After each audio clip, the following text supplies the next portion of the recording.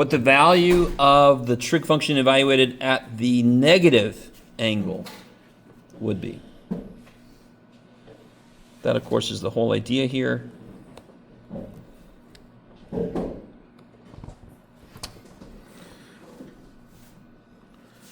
What's your favorite part of class? When he's up there trying to get his camera? Okay. All right. So everybody see the issue? I don't remember which one. It was this one? Yeah. But they're all basically asking the same thing. If you know the sine of an angle, is there a relationship with the sine of the negative angle? Okay, let's figure this out. Let's create these relationships. Oh, okay.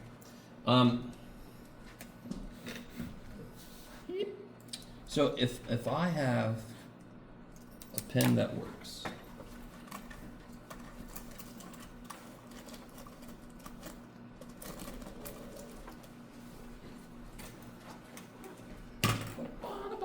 okay, when do you guys have to work? I know it.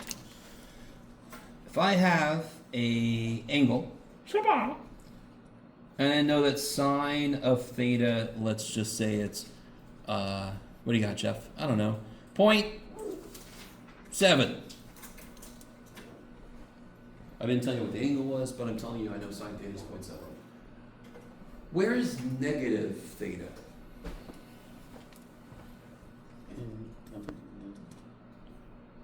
Yeah, instead of rotating theta this way, you would just rotate theta this way. So it'd be here, yes?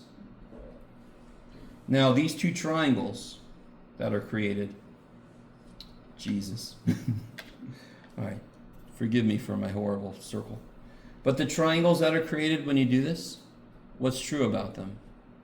This triangle, they're the same. Okay, and they should hit this side of the circle, but my poor little circle sucks. It's got big cheeks, leave it alone. So now think about this. The whole idea, the sine of, what's the sine of 30 degrees? What's the sine of 30 degrees? 1/2, because sine lies y, 30 is close to the x-axis, so therefore it's going to have the smaller output. Are you guys good?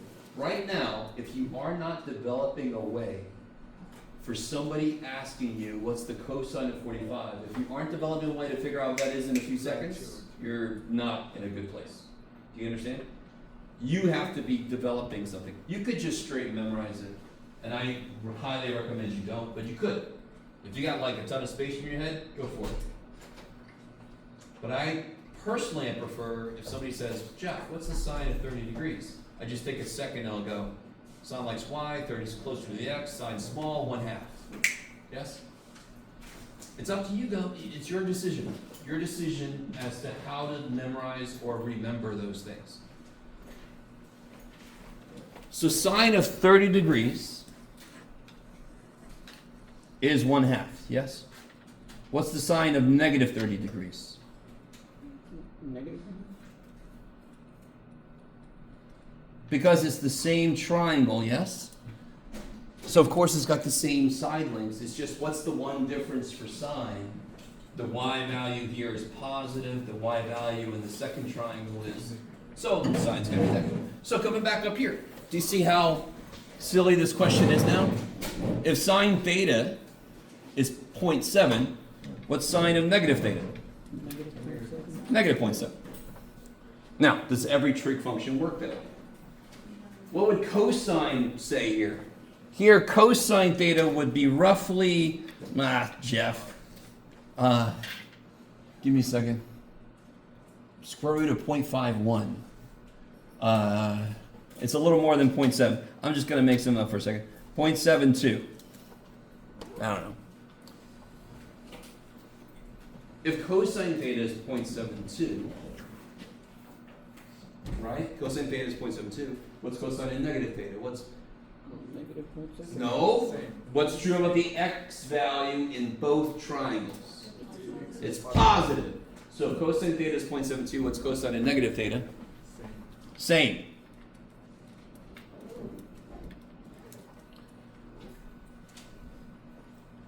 Now you can, again, this is a fact that you can memorize if you want to. personally, what I do, sine theta, positive y, sine negative theta, negative y. Okay, so sine changes SIGN sine if I put a negative value in. Cosine doesn't. In the context of something we talked about earlier, before, sine theta has odd symmetry, cosine theta has even symmetry. Wait, so if just make sure, if you're trying to find negative cos, right, and then you would do it because since cos likes x, you would do it on the first quadrant, right? Like Sure. Right. So cosine of theta would be this positive x value divided this always positive hypotenuse. So what about the cosine of negative theta? It would be this positive x value divided by this always positive hypotenuse. So it's still positive. Why did sine change sine? SIGN. It gets really weird when you're doing trig. You talk about sines and sines. Okay. Why is sine positive here? Why is sine positive here? Because the y part is positive. Why is sine negative here? Because the y part is negative. Why is cosine positive here? yeah. Why is cosine still positive here? X is still positive. Okay, maybe. Again, so don't do shit for you in this case. But basically what I was saying was, you know how yesterday you put them on adjacent to each other, like on the first section and the second section, because That's what we're talking about, reference angles. This is specifically saying if I'm given an angle, how does the output for a trig function compare to the negative angle specifically? Not just some random reference angle, yeah. Now, once you know sine changes sines and cosine doesn't, what would tangent do? Let's say tangent theta is A. What's tangent of negative theta? Negative A, because tangent's made of a part that changes sign and a part that doesn't. So tangent changes sign. What about secant? Say secant theta equals W. What's secant negative theta? Still W. Why? Because secant is based on the opposite of cosine, and cosine does not change signs. And again, why? Stupid x stays. It's the same stupid x. Whereas for sine, this is the y for the positive theta, and the y changes for the negative theta. It's now a negative y. So this is an example of very basic identities. They tell me how these trig functions interact. So for example, to write this as an identity, sine negative theta equals negative sine theta, cosine negative theta equals cosine theta.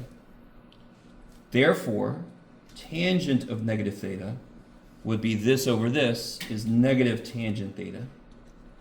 Yes, you guys with me? So if I ask you, if I say sine of theta is 0.2, what's the sine of negative theta? What you can think to yourself is, okay, positive theta is a positive y, negative it's a negative y. Oh, so sine is just negative that number here. Just because it now has the same triangle, it's just got a negative y side. So of course the sine changes sign. Maybe. So what about cosecant? Negative. Yeah, cosecant of negative negative theta is negative cosecant theta because cosecant is based on sine. Secant of negative theta is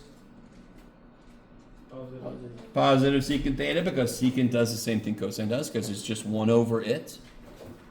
And then cotangent, equal sign. Cotangent of negative theta is negative cotangent theta.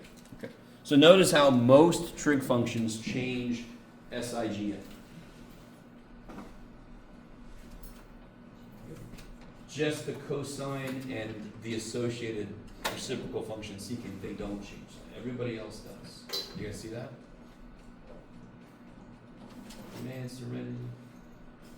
I'm gonna follow you. Look, I had a class yesterday afternoon. And by the time it gets in my afternoon class, I'm like wiped out. And I'm teaching, I'm looking around, everybody's sort of yawning, and I'm like, I'm gonna fall over, guys. Don't be doing this. All right. Does this make sense? Does anyone need more about this? So, real quick, a little mini pop quiz here. Can somebody tell me what the sine of 45 degrees is? Rad 2 over 2. So what's the sine of negative 45 degrees? Negative rad 2 over 2, yeah.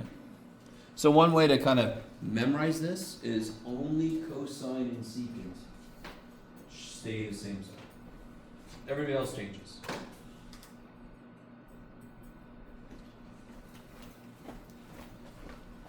Does anyone know how to get the cosine of 120 degrees real quick? Yeah, what's the reference angle? 60. So the number should be what? What's the cosine of 60? 1/2. Now what quadrant are we in for 120? Second quadrant. So is cosine there going to be negative or positive? Okay, good, right? So this would be negative 1/2. So what's cosine of negative 120? Don't overthink it. What does cosine do? Does cosines change signs? Does it change signs? No. So it's still negative. I didn't say up here cosine stays positive. I said it doesn't change signs. Whatever this guy was, this guy is the same thing. Whatever this guy was, this guy is the same thing. Yes? Not, it's always positive. It doesn't change SIGN's signs. So that applies to basically reference angles and everything. No matter what, cosine will always remain like it'll always just stay the same no matter what it is. If it's negative, it'll always be negative. There's no way. And if it's positive, Yeah, if you have an angle and you get a certain, and if you put the negative angle, you get the exact same answer. so secant would be Secant's the same way. Secant works the same way, it just has different numbers, right? Because it flips the cosine. yeah, so it'd be negative 2. So let's do this. Can you guys, what work would I need to do to figure out the secant of, you can do it, Jeff. Can I? Yes. 210 degrees. What work would you have to do to figure that out? What work would I want to see? Who knows, man? 1 over 5. Okay, sure. Okay, so one good first step is this will be 1 over cosine of 210. And subtract 360 from 210. Nope, not 360. Oh, 270. Where is it closer? Where would I? 180. I go to 180 and then I go how much past that? 30. Not 60. 30. Right? 180 plus 30. So to find a reference angle, it is just, did I stop short of the x-axis? How much? Or did I go past the x-axis? How much? That's all a reference angle is. Can we use 270 as a reference too? No, because the triangle would not be oriented correctly. So remember, and this is another reason I hate SOHCAHTOA. Sorry, I know. See how that 30 degrees is in the base? It's in the bottom with the right angle, yes? It actually doesn't matter that it's kind of upside down. But that means that this truly is y and this truly is x, yes? If I did my reference angle in relation to this, my triangle would be turned the wrong way around.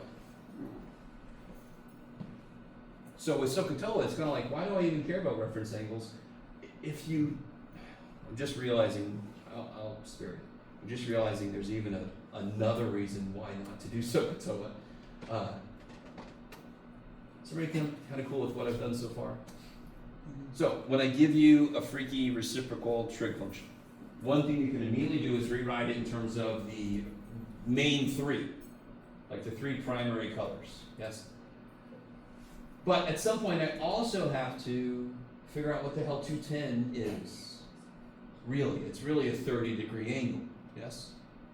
So the triangle that would be sitting where this 210 is actually would have a 30-degree angle in it. That's what the reference angle is.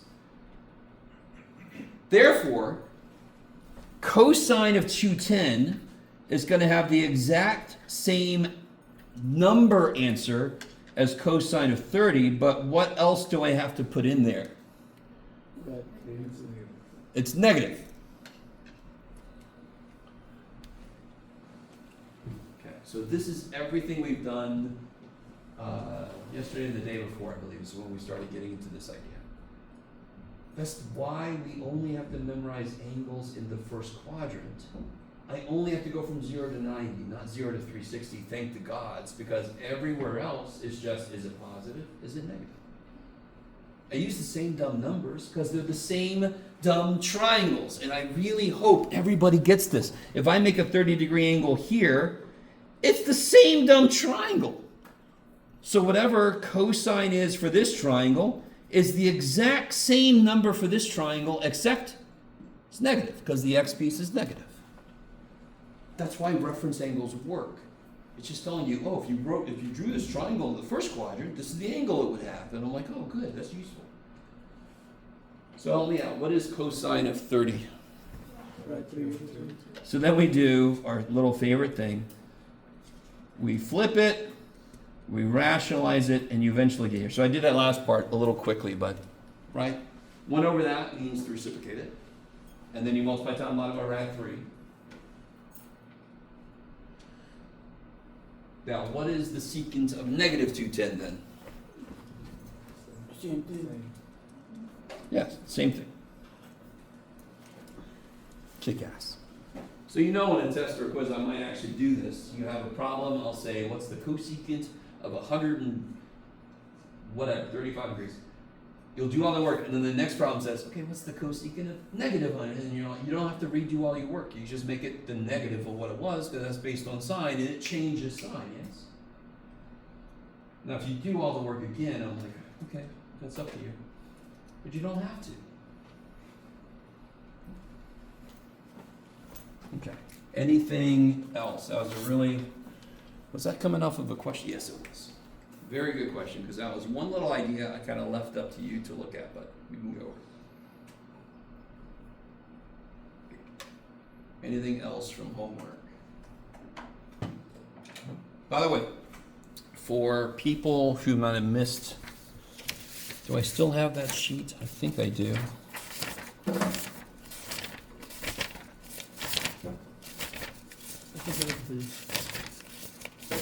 No, I don't. Okay, I can rewrite it, I guess. The test, yes? I think it's these. You're talking about the sheet? Oh, no. It was just the announcements. I appreciate that, though. Test 4 is going to happen when now? Tuesday. Tuesday. What's happening tomorrow instead? Quiz. What's the quiz on? Chapter 7. Chapter 7. Kick-ass. Also tomorrow I'm going to give out the practice test. Monday will be review. I'll have the answer key for the practice test. I'll have your quizzes graded. Blah, blah, blah. Yes? Okay. I just wanted to give us a little more time. And it only makes sense. I don't know why I didn't think about this, but we took a little extra time to finish chapter 6. I really just should have pushed this forward a bit too, but So does that mean chapter 8? just a little back, dude. Huh? Does that mean chapter 8 won't be on next test and it will just solely be chapter No. We're going into chapter 8 today. It's going to be on there. I just don't know how much of it. We'll see. Oh. Yeah. I told you guys I might not finish chapter 8, in which case the rest of it will be on the next test. Yeah. Okay. Anything else from homework before we do what I just said? Jump into chapter 8. It's almost like this is a 6-unit course. Yes? What's this row? Can we do 54 and 7.3? 7-3, 54.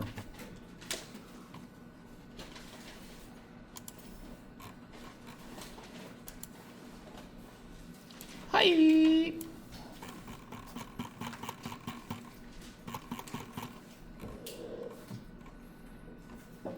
Oh, this is so dumb. I'm sorry. I shouldn't have signed this dumb thing. What is cosine like? X. Can you figure out what the cosine of 220 degrees is? Not in your head because, well, let's see. All right, I see what this is doing. Oh, this is so funny. So All right. it gave us the problem to use, or the formula to use r cosine theta to find x. Because and y. what is X cosine theta equals x over r, right? Yeah. So if I want to know, We don't see your screen. oh, I'm sorry. I can't do multimedia.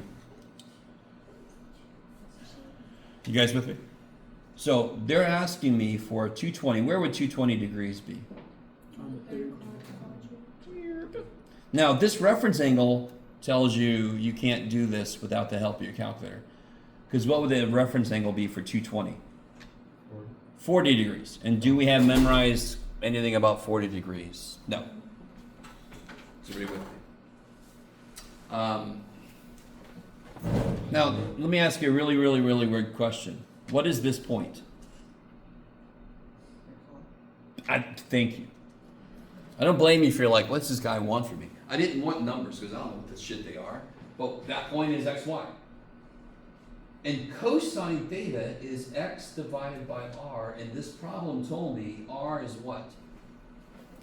15. So how do I figure out x? They want me to give them the point, yes? And the point is x comma y. How do I figure out x? Can I solve this for x? How would I solve this for x? Multiply by 50? No, don't get ahead of me. Multiply this equation by r. So this is where they get this from. You guys see that? That's all they did to get that. So what is any point on a graph? X comma y. Yes? Do I have a way to get x? I do. Because they told me the angle and they told me the radius. So now just plug in your calculator. What? R is 15. Theta is 40? Careful. Oh. I only did this just to show you this is not a problem that you have to do like in your head. 220? But the angle is actually 220, yes? Real quick, how many guys have a calculator? Did I bring them? Oh, I meant to go get them. Oh, shit. If you have a calculator, make sure you're in degrees. Make sure you're in degrees. You know how to do that? Hit the mode button. I think it's the third or fourth thing. It says degrees, radians, yes, or radians, degrees. Make sure you're in degrees. Can you do cosine of 40 degrees? What do you get? 0.7660. Is everybody else cool? 0.766. What'd you get? Yes? Okay. Now do cosine of 220 degrees. Yeah, so see how, if it's an angle we don't have memorized, I'm going to let the calculator do all the work. I'm not going to get the reference angle, because that would be if I'm doing it based on what I have memorized. I'm just going to tell the calculator, hey, get cosine of 220. What does the calculator do? It does all the work. It gets the number, it puts a negative on it because it's over there. You guys kind of with me? So when it's an angle that you can't do, you're going to throw it in the calculator. Put the whole angle in, or else it's going to give you the wrong SIGN, wrong side. Yes? So what's the first part of this point? You just told me.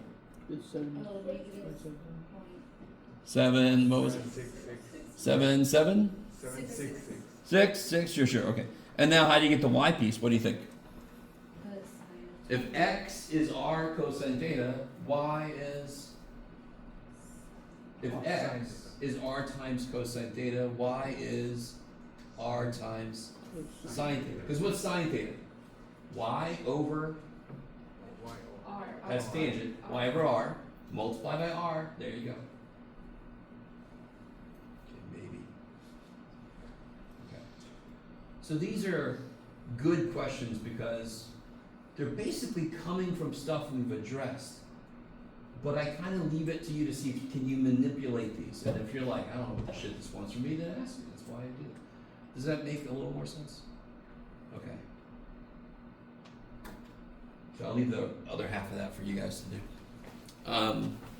Anything else from homework? Okay, so pre-calculus students, let me ask you a question. Does anyone remember what I said? The fundamental purpose of pre-calculus, one of the biggest purposes of it, is Graphing. graphing. Yes. Did we just develop 6 new functions recently? What have we not done with them yet? We haven't graphed it. So you should know it's coming. I mean, we graph the shit out of every function that we know of. And sometimes functions we don't even know. Like when we graph the function of log, we didn't even know it was log yet. So we just graph shit we don't even know yet. It's great. How do I figure out, besides plugging in the calculator and letting it do the work, what do I do if I don't know what sine looks like? Let's start with sine. We don't know, or I'm going to pretend like we don't know, what the sine function looks like. So for example, if I ask you what does absolute value function look like? It's the V. It's a V, right? What does a parabola look like? It's a U, yes? I know this looks almost the same, but give me a break. Square root function looks like this, a logarithm function looks like this, blah, blah, blah, blah, blah, yes? Now, some of you guys I know already know what a sine function looks like. Who knows what a sine function looks like? Yes, you go, wow, right? Okay. So today we're going to actually do the work to see that happen. So let's pretend like we all don't know. When we don't know what a function looks like, what do we create? The base function. No, I don't even have the base function. That's the problem. You make points, and of course, to make points, you make a X and Y. XY table. Cool. Wait, so is this what a period function is? Or a period? Periodic. Oh, that's what. We'll get to that word in a minute. Once we get it graphed, then I can show you why it's called periodic. So periodic is whatever graphing. Say again? It's the graphing of sine and cosine. To that. Periodic functions are functions that repeat outputs in a pattern. Yeah. So I'm going to make XY table. And what I'm going to do, let me see how I want to do this. I'm going to put, here, I'm going to number these to make this a little easier. Okay, let's start with 6. So I'm going to put, let's start with 7. There we go. Ha ha ha. I'm going to put right here, I'm going to put 0.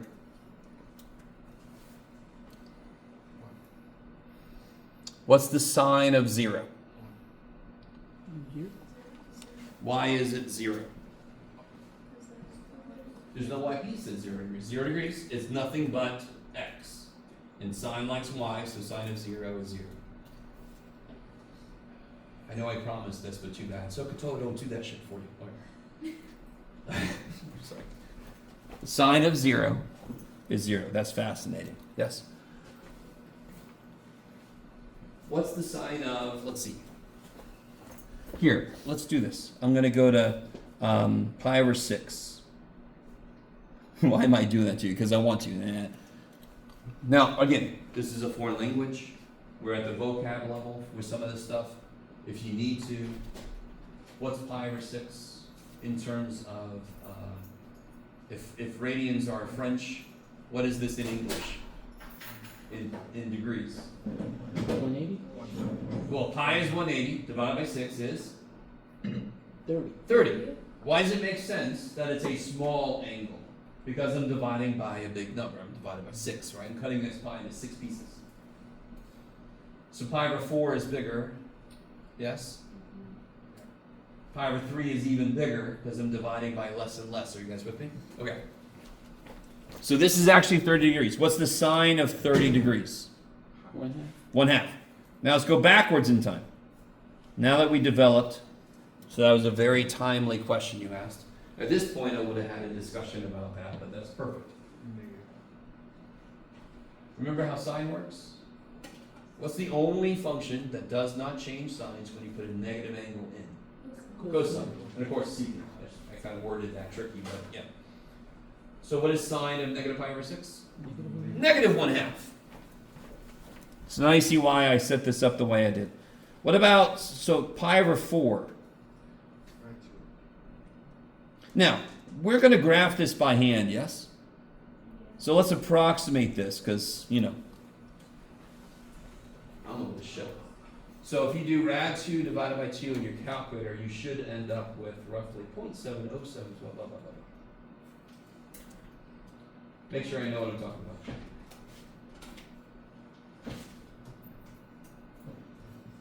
It's 0.7047. Look at me go. So guess what?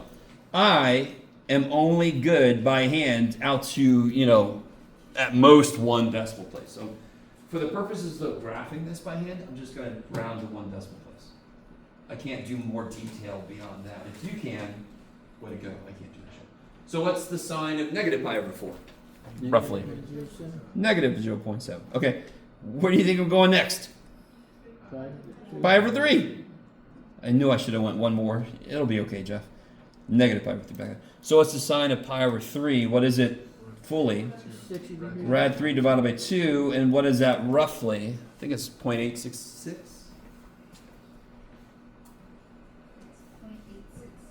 Okay. So I'm going to round that to 0.9. So what is the sign of negative pi over 3? Negative 0.9. Okay, good. Is everybody with me? We're making an XY table like we did back in the day. Before you knew what a parabola looked like, you made an XY table, you connected it, and you went, oh, it's a U. Okay. That was what you said. Yes? Then I was saying this looks disgusting. It looks disgusting? Yeah. Poor little thing. No, Okay. not the actual XY, just the number inside. No, I know. No, I know what you mean. Okay, so let's try to graph this thing now. Let's see.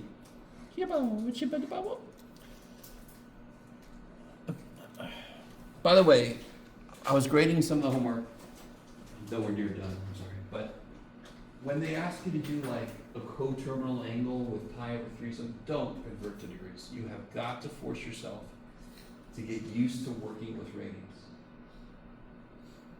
Why are radians better than degrees? Because you can measure radians. Because radians are.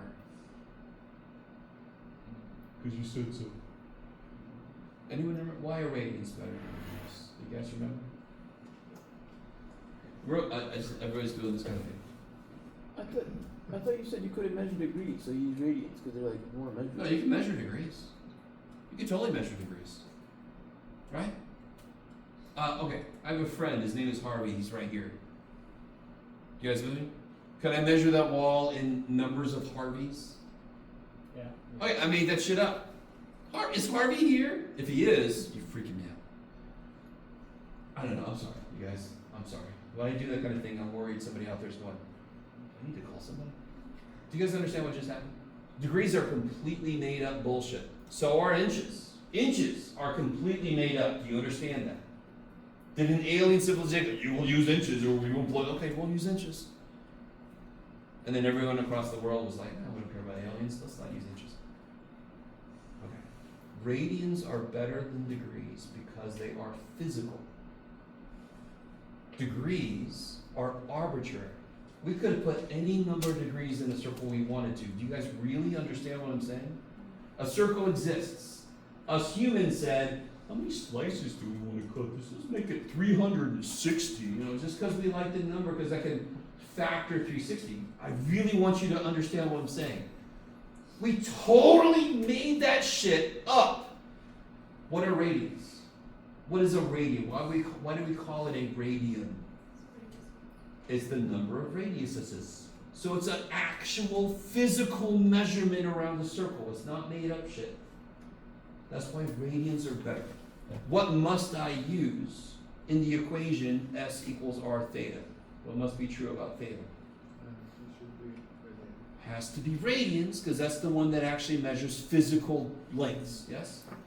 If I put degrees in that shit, I'm going to get some weird freaking answers. Okay, I need you guys with me. So, I'm trying to impress on you that as you move further in any STEM direction, if they use angles at all, they're going to be using radians. Okay. Let's see. What is the, theoretically, what's the largest output for sine? Theoretically, not in our table, just what's the highest output for it? What's the biggest output they could have? One. Bigger than that. What's the sine of 90 degrees? 1. Why is the biggest it could be 1? Because it's how much of the radius of the unicircle lies. So the radius of the unicircle is 1. The biggest it could be would be the whole radius.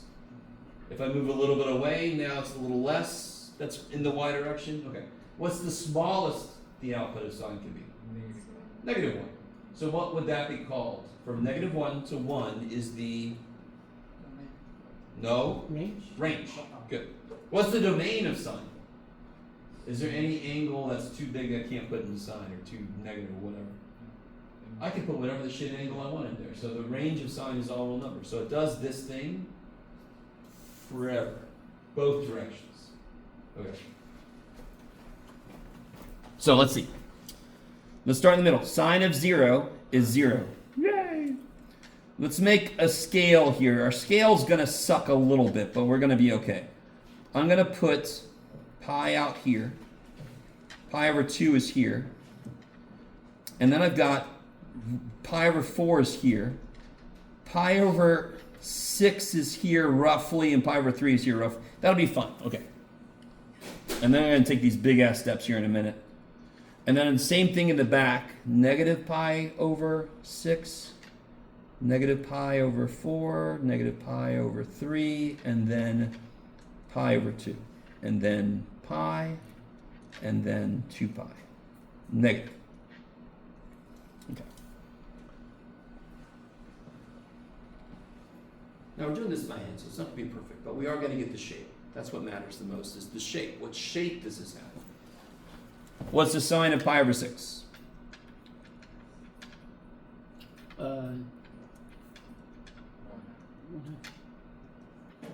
Yeah, the sine of pi over 6 is 1/2. What's the sine of, so negative pi over 6? Negative 0.5, yes? What's the sine of pi over 4? 0.7? So that's going to be, this is roughly 0.75, so it's going to be roughly here. And what's the sine of pi over 3? 0.9. So it's going to be about right there. And then sine of pi over 2 is 1. So far it's going like this, yes? Make that a little big. And then back here, the same kind of thing's going to happen. It's going to be -1 here. That's plenty detail. We already know what it is. So it's doing the exact same thing, just backwards. Now, what's the sine of pi? 0. And of course, we know what's going to happen. Let me give you one example. What is the sine? Get out of there. What is the sine of 3 pi over 4? What would the reference angle be? Same to the P. What is, how do I do from your perspective? We'll draw it, Jeff. 3 pi over 4. Where would it be? This is, what is this here? Pi. So where's 3 pi over 4? Do I get all the way to pi? Yeah. No. Nope. How far short do I stop? Pi 4. Pi over. Yeah, 1/4 of a pi, yes? So what's sine of 3 pi over 4? 1 pi. What's the reference angle? That 2. Reference angle is 45. pi over 4. Sine is still going to be positive.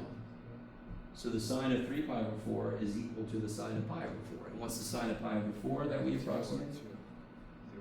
0.7. So we know this. As I move past 90 degrees, it starts to shrink back down. So the sine of 3 pi over 4 is 0.7. So it's going to be right there. So it's just going to shrink back down like that. And what's happening over here is the same thing. And then it just repeats forever. Once I get past pi, once I get here, what's going to be true about all my sines between these two things? Once I get past pi, what's true about this?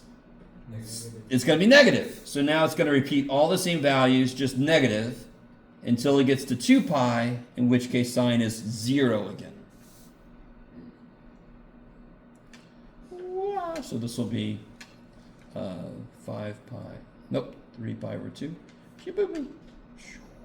And then it just keeps going forever.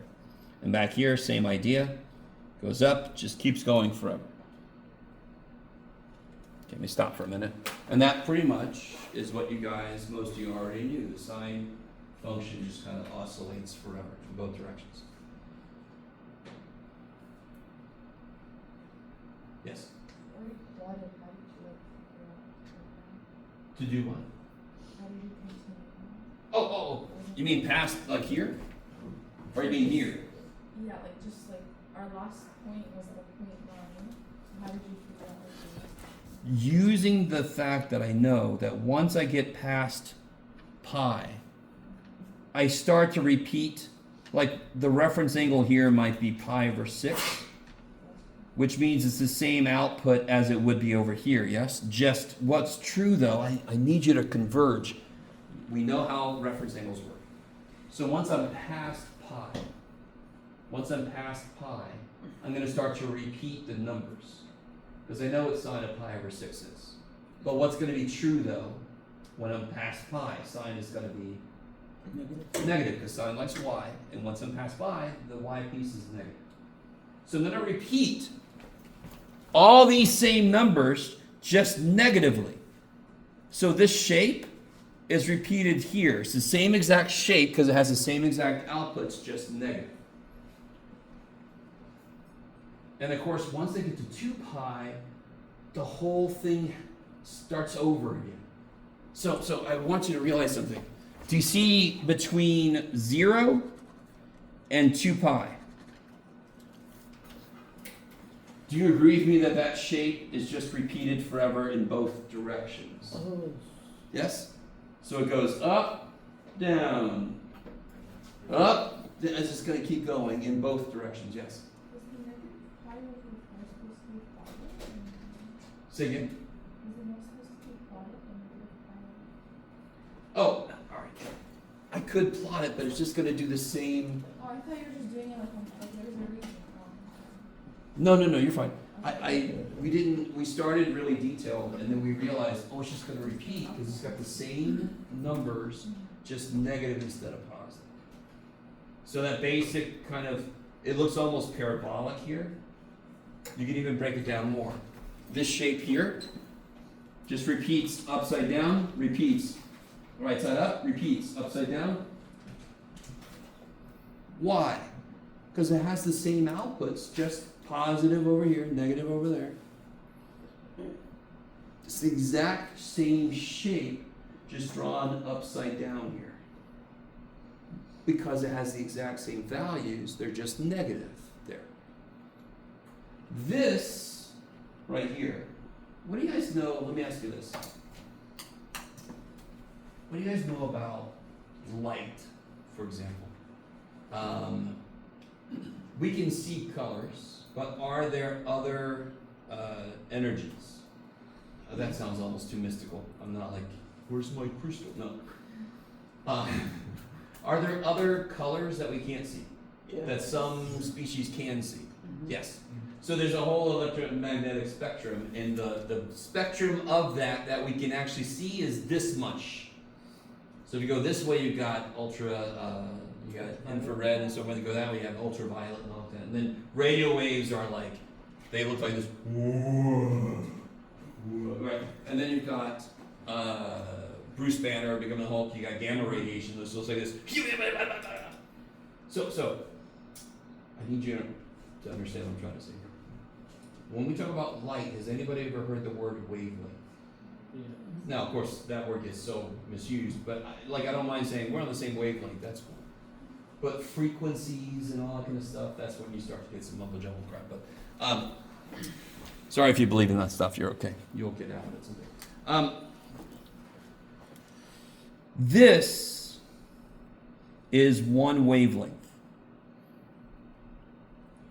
This shape here. This is one wavelength. And this one specifically from 0 to 2 pi is what we normally kind of start with. We decided that's kind of like our base little shape. And then we just say it repeats that shape forever. So if I draw one wavelength, I've effectively drawn the entire thing because it repeats that forever. Can somebody tell me how long it took for it to trace out that wavelength? 2 pi. That is what we call the period. So the period, like we'd say there was a certain period of time. So we sometimes consider that to be almost like time. How long did it take for it to trace out one wavelength? That is the period of the function.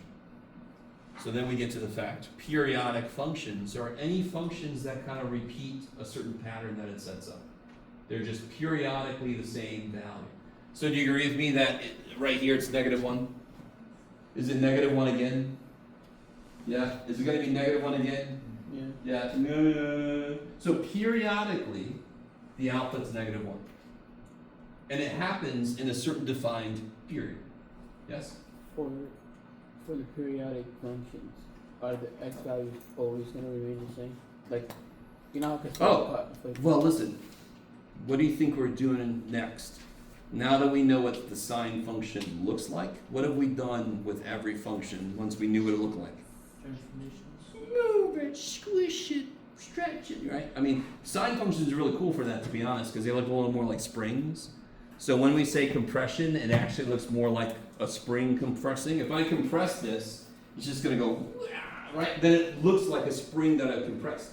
If I stretch it, it's going to go, so I've actually stretched the spring, yes? So in that respect, trig functions match up with the words we've used better. Compression, stretch, okay, that's like a spring. That makes sense. The really cool thing, I think I said this to you guys, but I don't blame you for forgetting. Trig functions have a very recipe-ish way to graph the results of a bunch of transformations. We're not going to have to apply each one of them to this graph. Does everybody hear what I said? We are going to have to kind of memorize how to analyze the effects, but then we can just put the result. Okay. First thing I want to say, there's one more thing you guys have heard. What is the amplitude of this? The height? Sure, so what is the amplitude of this? Good. I understand saying 2, I don't blame you, but the way we measure amplitude is, do you guys agree there's a midline? Is there a midline? What is the midline? 5. 0. No. In terms of like this direction, what's the midline? What is it? What's the midline? What's the middle of the sine function? Where's the middle of it? You do it. So it goes up to this far and it goes down to this far. What's in the middle? Say no. I'm sorry. 0. The x-axis, yeah, y equals 0. Yes. Do you guys see that's the midline? Is that cool? How far away from that midline does it get at most? That's the amplitude. So amplitude is how far from the middle do your outputs get. So my outputs go up to 1, down to -1, and they're oscillating around 0. So let me ask you immediately, if my function was this. By the way, side note, do you guys see how this would be a very different thing? Yeah. Okay, good. Just remember that through into Calc 2, please. You take it with me especially. So, forget that this is trig. What kind of transformation would that be? Up to. We'll just make it go up 2. So what word we just talked about would change? Amplitude. No, the amplitude is still sorry, 1. The midline. The midline just goes up. So what's going to be, the old highest was 1. What's the new highest? 3. What was the old lowest? -1. What's the new lowest? -3. This goes up 2, yes? So here's the sine function. Right, just really quickly. This would just take every point up 2, yes? So this point will go up 2. So now it's going to be, what's the midline now? 1. Yeah. 2. Why does it make sense the midline is 2 now? Because I lifted everything up by 2. and the old midline was y equals 0, so now of course it's y equals 2. Is that cool? So your lowest point now is +1. Yeah, the lowest point is +1. Yes. So what happened to the negative one? Nothing happened to it. Okay. Oh, because they went up 2. This function had an output of -1, yes? Yeah. Could this function have an output of -1? No. No. So nothing happened to it, it just It moved. just went up. Yeah, so real quick, anybody surf or go to the beach and like to know when you have actual room at the beach? If you ever walked along the Hawaii shores, can you walk far north certain times of the day? has anyone ever gone to the beach? Yeah. What's happening? So, certain times of day, can you access all the parts of the beach as you walk north? What do you have to be careful about? The tide. Tides. Yes? You with me? And some of you guys are like, I can just swim, but I mean, can you walk? No. Has anyone ever looked at the tide chart? Let's look at it. Let's do this. Why not, Jeff? Who knows what I mean by tide chart? Anybody? You're like, it's probably a chart of tides, yes. So if I do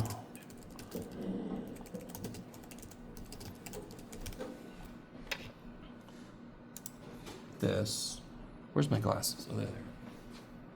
Very exciting so far. Let me expand some of these. What does that look like? Oops, shit. Shit.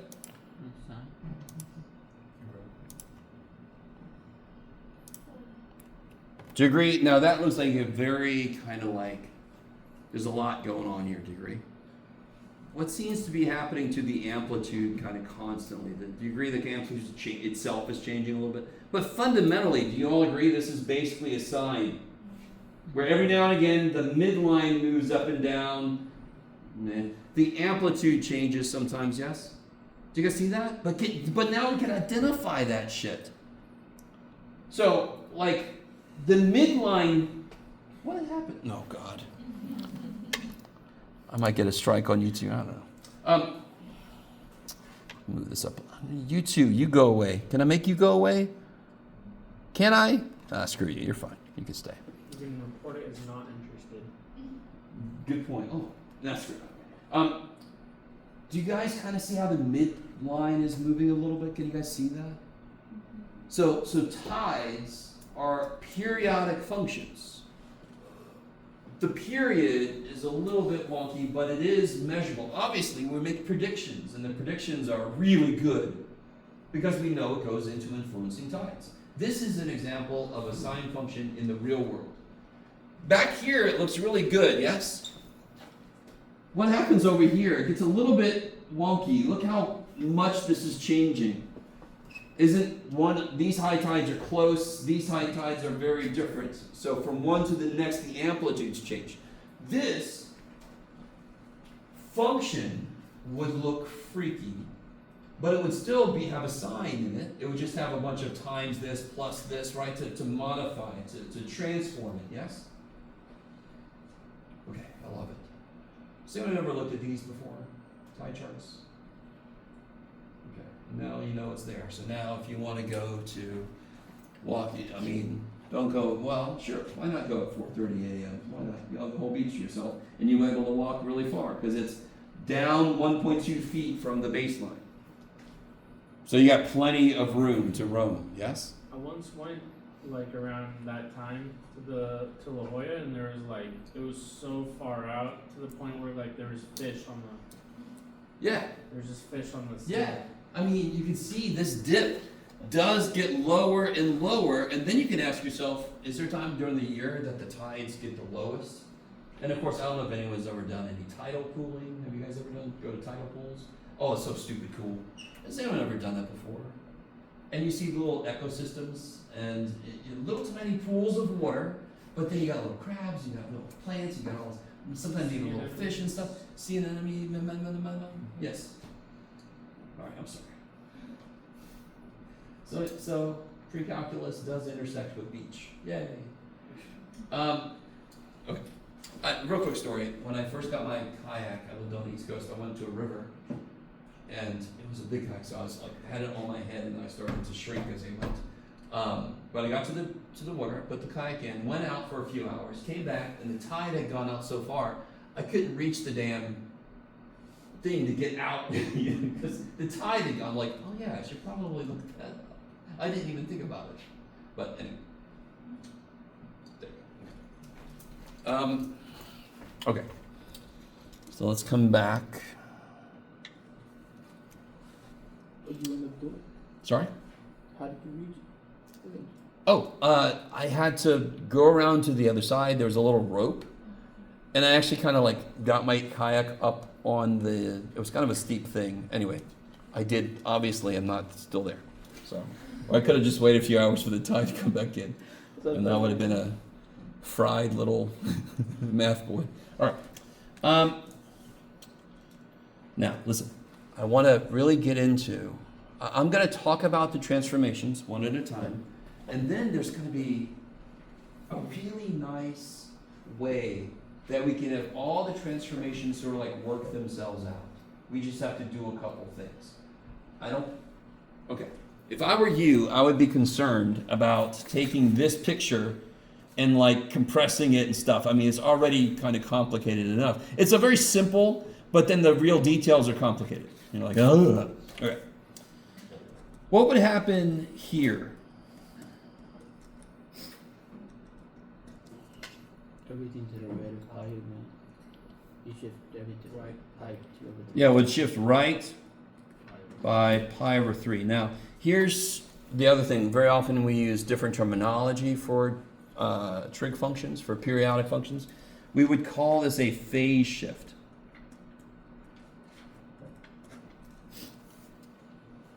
So when you say that two things are out of phase, that means that they're hitting their highs and their lows at different times. So you try to get them in phase or something. Okay. How do you know so far? Have you ever heard of constructive interference versus destructive interference? Do you know, does anyone ever own any noise canceling headphones? Do you know how they work?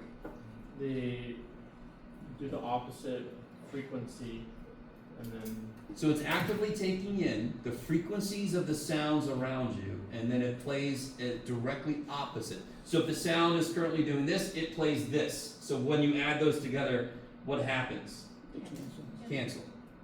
Noise canceling headphones. Yes? Wait. So that would be perfectly out of phase. When this one hits the high, this one hits the low. They are perfectly out of phase. They are destructive, right? And if you could somehow get in there, you could actually make noise amplifying headphones, which would take all the surrounding noise and make it louder. And I don't know why you do one. It's like night vision goggles just for the ears. Transparency mode where Transparency mode allows the noise to come through. yeah. Yeah, just so you don't die when you're walking around the neighborhood because you didn't hear the car coming. Yes. So you shift everything to the right, rad 3 over 2 times? Rad. What? Because So- pi over 3 is... This would take, for example, 0. This is what it normally would look like. So now it would look like this. Yes? Oh, that's, yeah, okay. So it would start at pi over 3 and then go for that. Yeah. Is that cool? I didn't mean to change the amplitude, but you guys see what I mean? Okay. Now listen. Just stay with me. Every single transformation will have the same effect. Does everybody agree with me that I don't want to analyze each one of them by themselves? Do you agree? Do you understand how that would get really gross? Okay, maybe you do. Okay. So let me do this. I want to analyze the sine function and show you what parts are the most important. If I look at the base wavelength, the most important parts, no, Jeff, are these. These are my anchor points. So whenever we're doing transformations, I always talk about anchor points. There's a lot of details in the middle, but now that we've gone through the detailed XY table, I can just capture the shape. Obviously, pi over 2 is important because what happens at pi over 2? It hits its what? Maximum. Pi is important because that's where it next hits. What sine of pi? Yeah, 0. What sine of 3 pi over 2? Yeah, that's when it's going the down y-axis. And what sine of 2 pi? 0. So there's a lot of details in between those. When you're graphing a shifted trig function, I don't need hyper details because now we know what the shape looks like. And you have a few anchor points. Okay. Do you all agree? Okay. Do you see how there's 1, 2, 3, 4 steps? And then it repeats. So there's 4 steps. Starts where the sine is 0, maximum, 0, minimum, 0. Do you see how there's 5 points, but there's 4 steps? Yes? Okay. What was somebody remind me what the period of this sine function is again? Yeah, why is it 2 pi? One rotation. Yeah, I like that. It's one rotation. It's how long it takes it to make a complete accounting of all of its possible outputs. It has hit all of its possible outputs after one wavelength. Yes. So the period is 2 pi. Why is every step pi over 2? Do you guys agree every step is pi over 2? Why is every step pi over 2? What was the period? 2 pi. How many steps do we always take to construct a sine function? 4 steps. So how big will each step be? Why? How do you get there from those two things? The period is 2 pi. I'm taking 4 steps. Say again? It takes 4 pi halves I love it. Okay, so it takes 4 half pies to make 2 pies. Or more directly, if I take the period divided by 4, I get pi over 2. So ready with it? This is huge, by the way. Whenever I give you a funky ass trig function that's got all this shit going on, one of the first things you're going to do is what's the period? Because I could compress it or stretch it, and that would change the periods. Okay, with me? If I stretch it, it's going to take longer for it to get through a wavelength, yes? Does that make sense? So one of the first things we'll do is figure out the period, and then you just have to divide that by 4 to see what the steps are now. So does everybody agree, if I stretch this out so that this is now at 6 pi, wouldn't it just stretch the whole picture out? Wouldn't the step size change? Yeah. So when will it hit its maximum? That's going to get stretched. So if I make my period 6 pi now, let's say I shift it. In fact, if I do that, what would it look like? How to make the period, let's see if you guys are with me. How would I stretch it by a factor of 3? Do I want to go left and right, or am I stretching it this way? Which way am I talking about stretching it? Left and right. Left and right. So where is the number going to be? Yeah. With the x. When it's inside, it does the opposite of what it looks like. So if I want to make the stretch by a factor of 3, it would be this.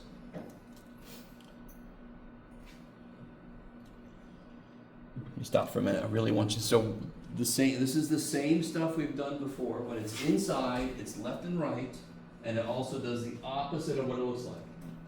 Do you agree that all my inputs for that f function I just wrote down have to be 3 times bigger than they used to be?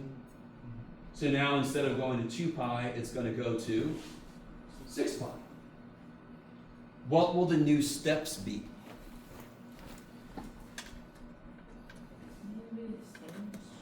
What's the new period? 6 pi. And real quick, how did we get that? 2 pi times 3, but more specifically, let me put new up here.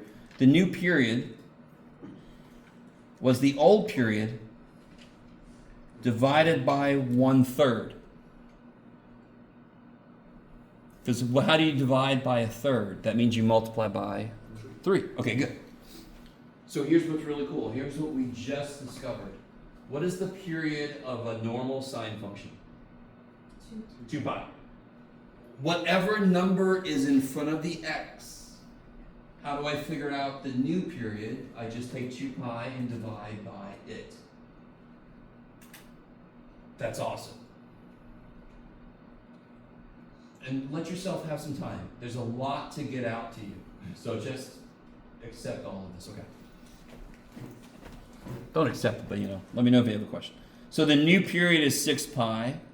I always take how many steps to kind of get through the whole wavelength? 4. So what's the new step size? 3 pi over 2. So now watch this. This is a very simple function. Did I change the amplitude?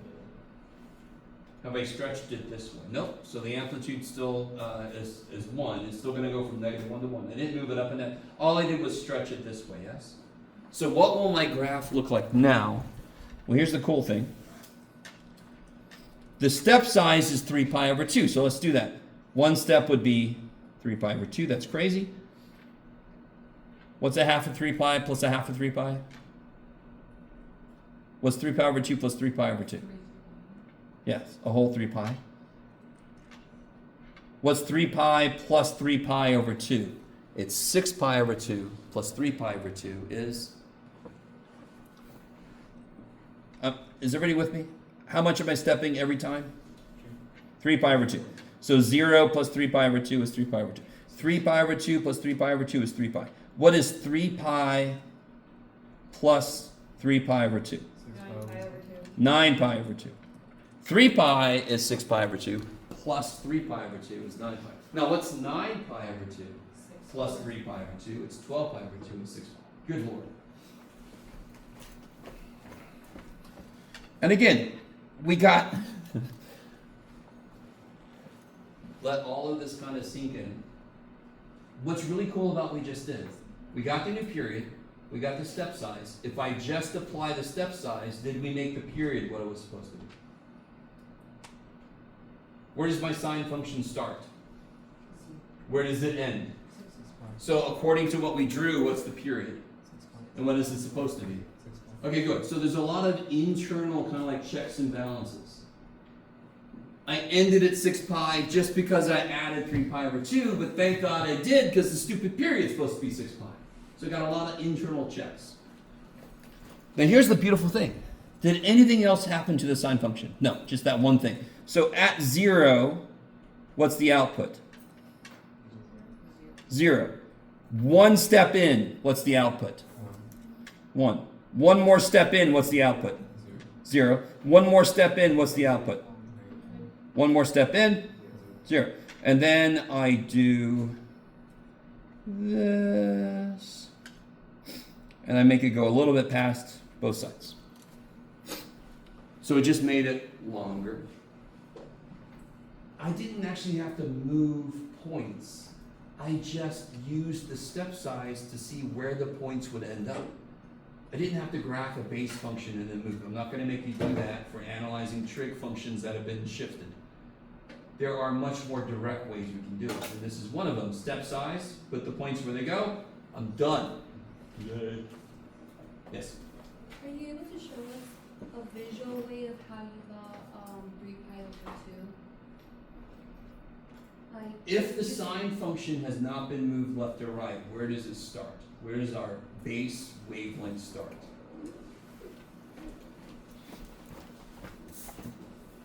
Zero. 0. So is everybody cool with, I could have picked any wavelength anywhere, but we choose from 0 to 2 pi, which makes sense. Like Alexandra said earlier, that's like a complete revolution around a circle. So it kind of makes sense to use 0 to 2 pi.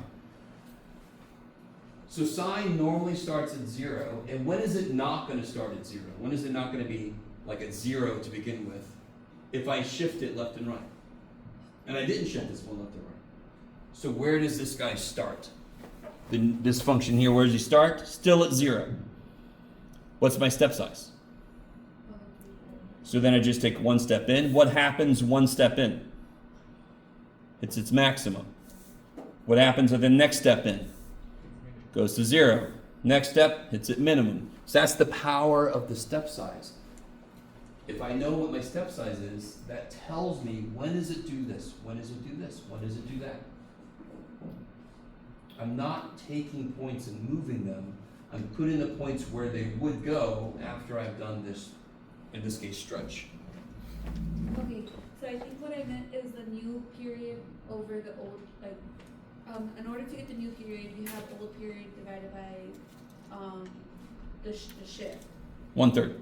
How would you, like, because so what my brain is thinking is that all I did was basically 2 times 3, which was the... Yeah, of course. Okay. But why did you do 2 times 3? Because that was what the end, the end was 6 pi. No, but how did we get 6 pi? You're sort of doing the snake that eats its own tail kind of thing? Yeah. So, okay, I give you this function. We know what that does. It's going to stretch it, Yes. right? Yes. So all of my inputs have to be 3 times bigger. But what I'm trying to show you is I could put any number I want to there. So how do I always figure out the new period? I know here you could just multiply by 3. There's nothing wrong with that. But in general, how do I figure out the new period? I take the old period, 2 pi, and divide it by whatever number that is. Okay. So here, what would the period of... Oh man, I got too much writing on this one. Here, this will be the last function we look at today. What would the period be for this here? Let me think. Yeah. Let me add one thing in just to be mean. Haha. Sure.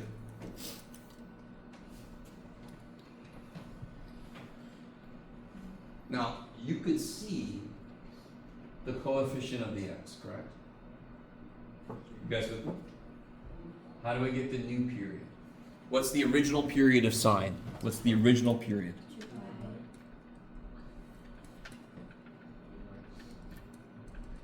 How do we get the new period? It's 2 pi divided by the coefficient of x. Jeff. So what do I get? Pi. So this is going to end up compressing it, sure. Do you even have to realize that? No, you can just do the work, and it tells you instead of stopping at 2 pi, where are we going to stop? How big are my steps now?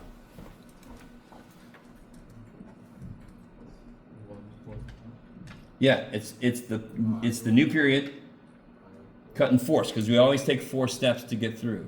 Yes. So now, if I want to graph this, here's the one extra step. What's that minus pi? Here's where we got to be really careful. What's that minus pi doing? Moving it to the right, pi. But am I subtracting pi from x? What's happening to the x? Why can't I see that? Stupid 2 in the way. All right, let me factor a 2 out. What happens when you factor 2 out? I'll get it started. This is x. What do you have here now? Good. Because when I factor something out, I'm dividing it out. 2x divided by 2 is x. Pi divided by 2 is pi over 2. So now tell me what the phase shift is.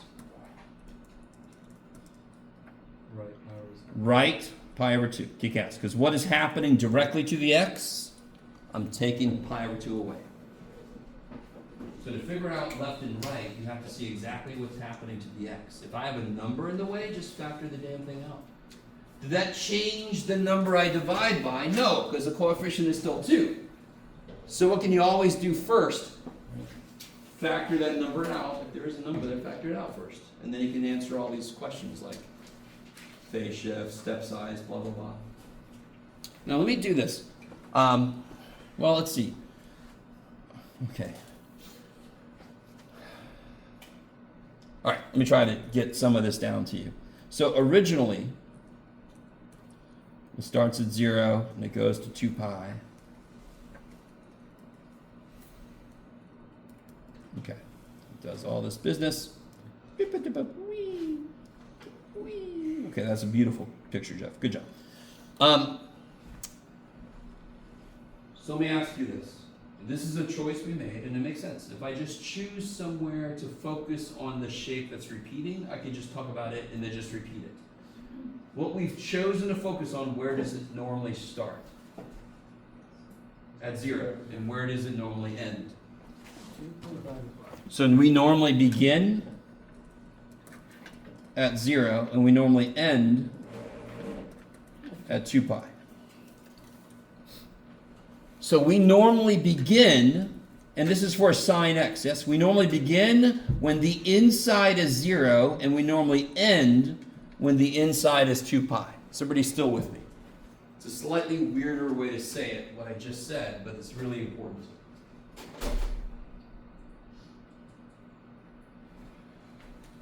So what is the inside of our function?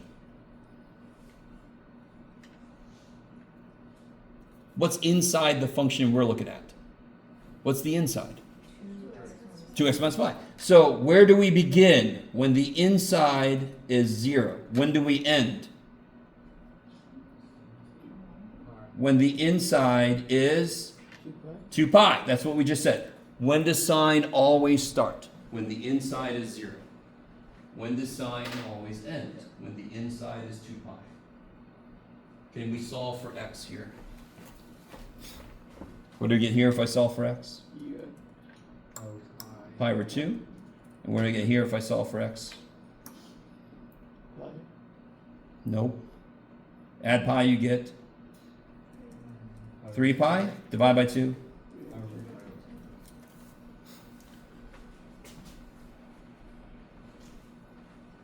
I got time. So now, let's see if this makes sense. Here's 0. We're going to start at pi over 2. Why does that connect with something we already noticed? What was the phase shift? And where did we just say we're going to start? Right, pi over 2, yes? Now there's one little, and we're going to end at 3 pi over 2. So I need more steps there. Now, real quick.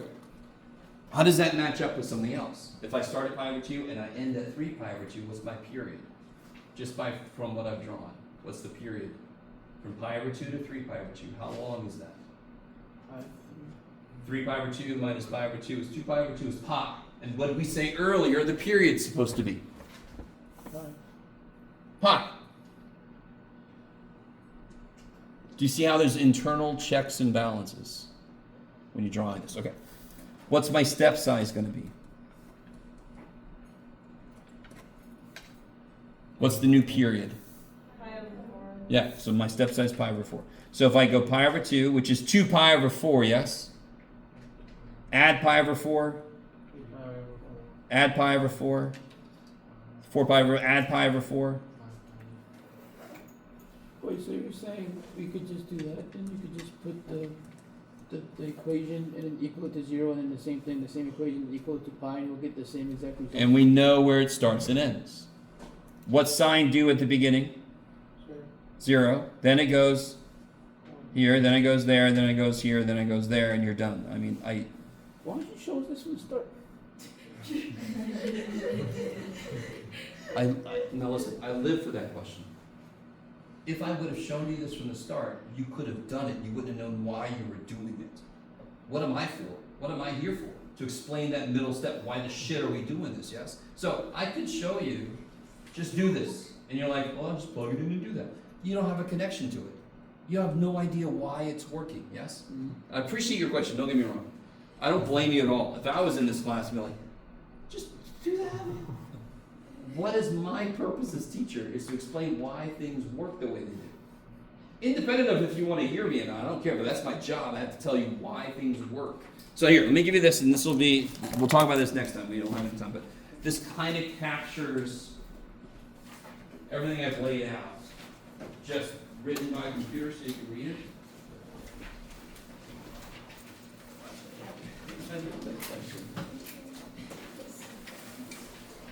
You know you can just plug this in the calculator with graph it for you? Yeah, we should take points off that. But if we just do that.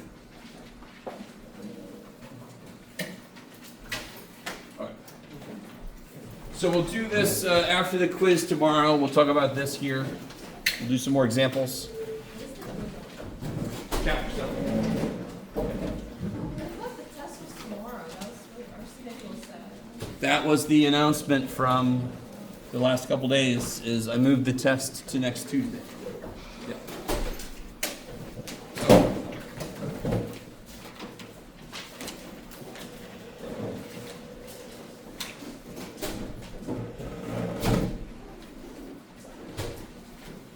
Alright, I'm gonna see you at 10 o'clock, guys.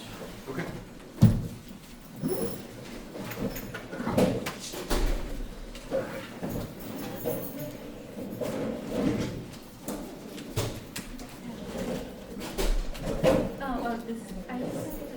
Question. What time do you usually come around?